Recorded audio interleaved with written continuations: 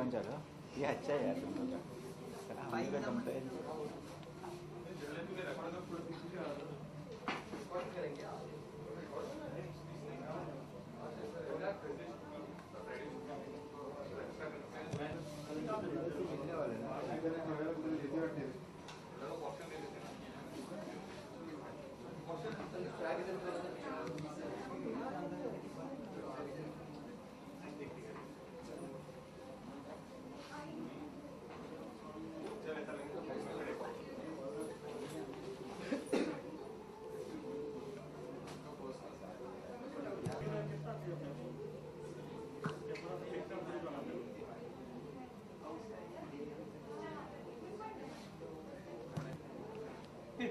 पीछे कैमरा आना दे ये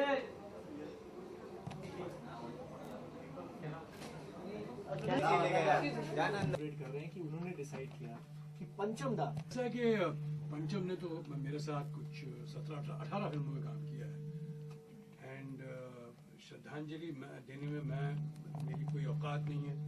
मुझसे पहले अगर किसी ने देना था तो मैं समझता हूँ राजेश खन्ना साहब को देना चाहिए था। उन्होंने कुछ 35 फिल्में की हैं पंचम दा के साथ। फिर मेरे से और भी सीनियर हैं जिन्होंने ज़्यादा काम किया पंचम के साथ, जैसे अमित जी हैं, जीतू साहब हैं। तो मैं अपने आप को शुक्रगुजार समझता हूँ कि आपने मुझे कहा, इस लायक समझा कि मैंने कुछ 18 पिक्चर की तो मैं एक म्यूजिकल हीरो था, एक डांसिंग हीरो था, तो उनके साथ मैंने काफ़ी काम किया है। उन्होंने काफ़ी मेरे लिए यूथफुल म्यूजिक यानी कि कैंपस रोमांस का टाइप म्यूजिक बनाया था। तो आज हम उसकी बात कर रहे हैं। और एक और चीज़ बहुत ज़रूरी है जानना कि मेरा यहाँ मकसद यहाँ होने का ये है कि मैं यहाँ किसी फिल्म की प्रमोशन के लिए आया नहीं हूँ, ना कोई मुझे कोई पैसा दे रहा है कि मैं ये कुछ करूँ, या ये सिर्फ आज की तारीख में ये मैं अपनी तरफ से श्रद्धांजलि देना चाहता हूँ कि 20 साल हो गए पंचम को हमें छोड़े हुए, लेकिन उसके ऐसे कुछ गाने हैं जो मेरी पिक्चरों में थे, जो पिक्चर नहीं चली लेकिन वो गाने उभर के नहीं आए। तो ये समझता हूँ एक नाइंसाफी है कि R.D. बर्मन के ऐसे नगीने छुपे हुए हैं ऐसी फ्लॉप फिल्म में। तो मैं वो फ्लॉप फिल्मों के गाने आपके सामने लाना चाहता हूँ ताकि आज की जो लिसनर्स हैं उसे एंजॉय करें और उन्हें मालूम पड़े कि R.D. बर्मन ने ऐसे म्यूजिक भी किया था। ऑल्सो एक और चीज जो आप कर रहे हैं, थैंक यू वेरी मच कि आप इन गानों को एक कहानी दे रहे हैं। फॉर एग्जाम्पल आप मुझे बता रहे थे कि ओ हंसनी जो आपका पहला गाना था R.D. बर्मन के साथ, for us it was just a beautiful song till now. तब आपने हमें एहसास दिलाया कि कैसे पहले आप चाहते थे आफ्टर बॉबी राइट कि शैलेंद्र सिंह इस गाने को गाए, लेकिन पंचम दा ने क्या कहा?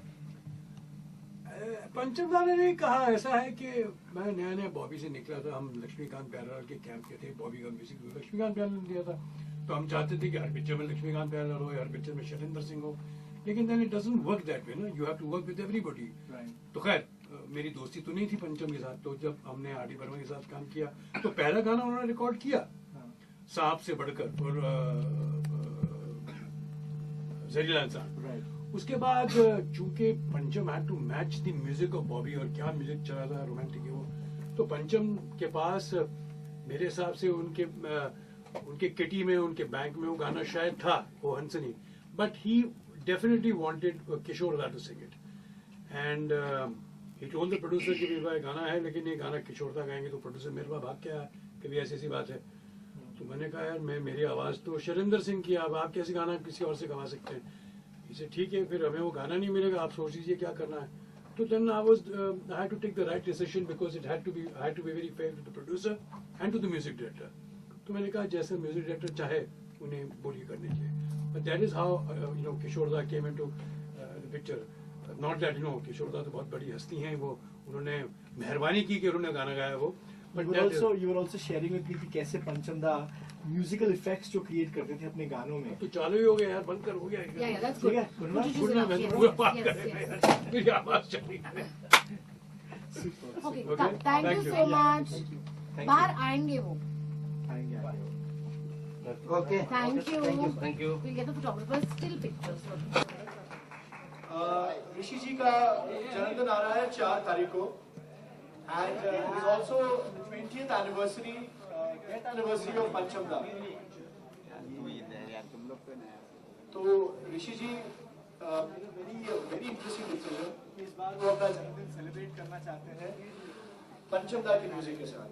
ऋषि ji, thank you very much for being a part of this monumental gesture. Well, thank you, 92 points.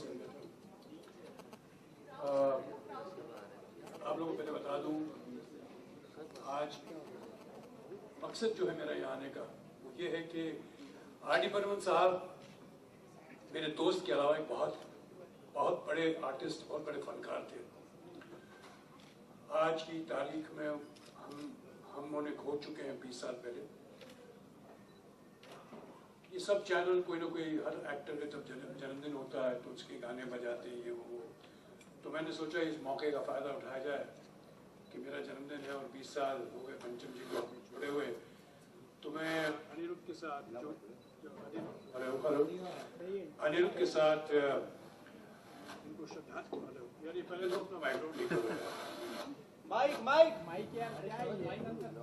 Hello. तो मैंने सोचा कि अनिरुद्ध तो खुद आर.डी. बर्मन साहब के फैन हैं, इनको प्रमोट करने का नहीं है ना, मैंने कुछ कमर्शियल डील की है या कुछ। It is pure out of my respect and my love for a great artist like R D. Burman. मैंने उनके साथ 17 से 18 पिक्चरें की हैं और मैं समझता हूँ कि मेरी हस्ती तो बहुत छोटी है। मुझसे ज़्यादा अगर किसी को श्रद्धांजलि देनी थी तो वो राजेश खन्ना साहब थे। ये बदकिस्मती की बात है कि वो भी हमारे साथ नहीं है। उन्होंने 35 पिक्चरें की है पंचम जी के साथ, तो उन्होंने करना चाहिए। तो मेरे से सीनियर आर्टिस्ट भी हैं इंडस्ट्री में, हम जैसे अमित जी हैं, जीतू जी हैं, और भी होंगे जिन्होंने और पिक्चरें की होगी। लेकिन मैंने ऐसा सोचा कि मैंने 17-18 पिक्चरें की हैं और वो भी ज़्यादातर म्यूजिकल, रोमांटिक, डांसिंग फिल्म्स या जिसमें म्यूजिक बहुत गजब का था। तो उसके बारे में आप लोगों को बात बताऊं। होता क्या है कि कभी म्यूजिक डायरेक्टर या कोई भी ऐसे शख्स अपना काम करता है या ऐसा म्यूजिक बनाता है, लेकिन जिसके बनाता है वो पिक्चर फ्लॉप हो जाती है। तो वो फ्लॉप पिक्चर हो जाती तो उसके गाने आपके सामने आते नहीं, क्योंकि वो पॉपुलर नहीं होते। तो मैं ऐसा समझता हूँ इसमें आर.डी. बर्मन का क्या फॉल्ट है। उन्होंने तो गजब के नगीने दिए थे, लेकिन पिक्चर चली नहीं तो गाने बजे नहीं। तो अनिरुद्ध के साथ बैठ के हमने आज वही किया कि जो मेरी पिक्चरें नहीं चली या कुछ पिक्चरें कम चली, उनमें भी ऐसे नगीने थे, ऐसे अनमोल रत्न थे आर.डी. बर्मन साहब के, कि वो लिसनर्स के सामने लाया जाए, उनको सुनाया जाए और उन्हें एंजॉय किया जाए। मैं ऐसा समझता हूँ कि हमारे देश में ऐसा एक भंडार, ऐसा एक ट्रेजर ऑफ म्यूजिक है जो हम उसे भूलते जा रहे हैं। शास्त्रीय संगीत है जिसके आधार पर गाने बजते हैं, हर किस्म का म्यूजिक है, लेकिन हम कुछ ज्यादा वेस्टर्न इन्फ्लुएंस में चले जा रहे हैं। यहाँ पर मैं कुछ कहना चाहूंगा ऋषि जी।